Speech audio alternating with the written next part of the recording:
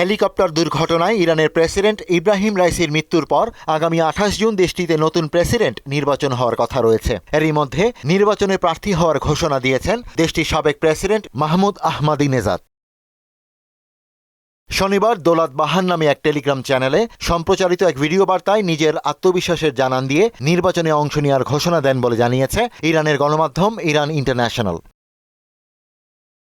Mahmud Ahmadinejad 2005 থেকে 2013 সাল পর্যন্ত পরপর 2 মেয়াদে ইরানের প্রেসিডেন্ট ছিলেন। এর আগে তিনি রাজধানী তেহরানের মেয়র হিসেবেও দায়িত্ব পালন করেন। তবে 2017 এবং 2021 সালে ইচ্ছা থাকা সত্ত্বেও গার্ডিয়ান কাউন্সিল তার প্রার্থিতার অনুমোদন দেয়নি।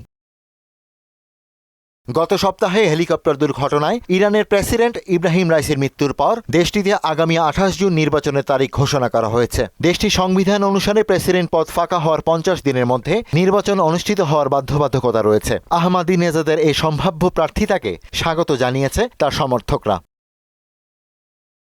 ইরানের পার্লামেন্টে তাবরিজ অঞ্চলের প্রতিনিধি আহমেদ আলী রেজা বেগি বলেছেন, যদি মাহমুদ আহমাদিনেজাদ প্রেসিডেন্ট নির্বাচনে প্রতিদ্বন্দ্বিতা করেন তাহলে তিনি বিজয়ী হবেন। পাশাপাশি তিনি সতর্ক করে বলেছেন, গার্ডিয়ান কাউন্সিলকে অবশ্যই আহমাদিনেজাদের প্রার্থিতার অনুমোদন দিতে হবে। ওয়ালটন ফ্রিজ কিনে অনেকের মতো আপনিও হয়ে যেতে পারেন মিলেনিয়াল।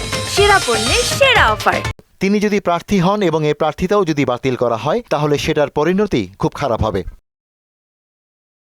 2017 সালের নির্বাচনের প্রতিদ্বন্দ্বিতা করার সুযোগ থেকে বঞ্চিত হওয়ার পর সাবেক প্রেসিডেন্ট নির্বাচন পদ্ধতির স্পষ্টবাদী সমালোচক হয়ে ওঠেন। এমনকি প্রকাশ্যে ইরানের শীর্ষ নেতা খামেনিরও সমালোচনা করেন তিনি। খামেনির উত্তরসূরি এবং ইরানের প্রেসিডেন্ট নির্বাচনে প্রার্থী হতে সাংবিধানিক নির্বাচন পর্যবেক্ষক সংস্থা গার্ডিয়ান কাউন্সিল থেকে অনুমোদন পেতে হয়।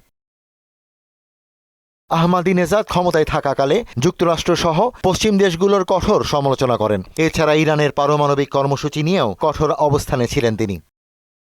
ইশতিয়াক হোসেন, মোহনা ডিজিটাল।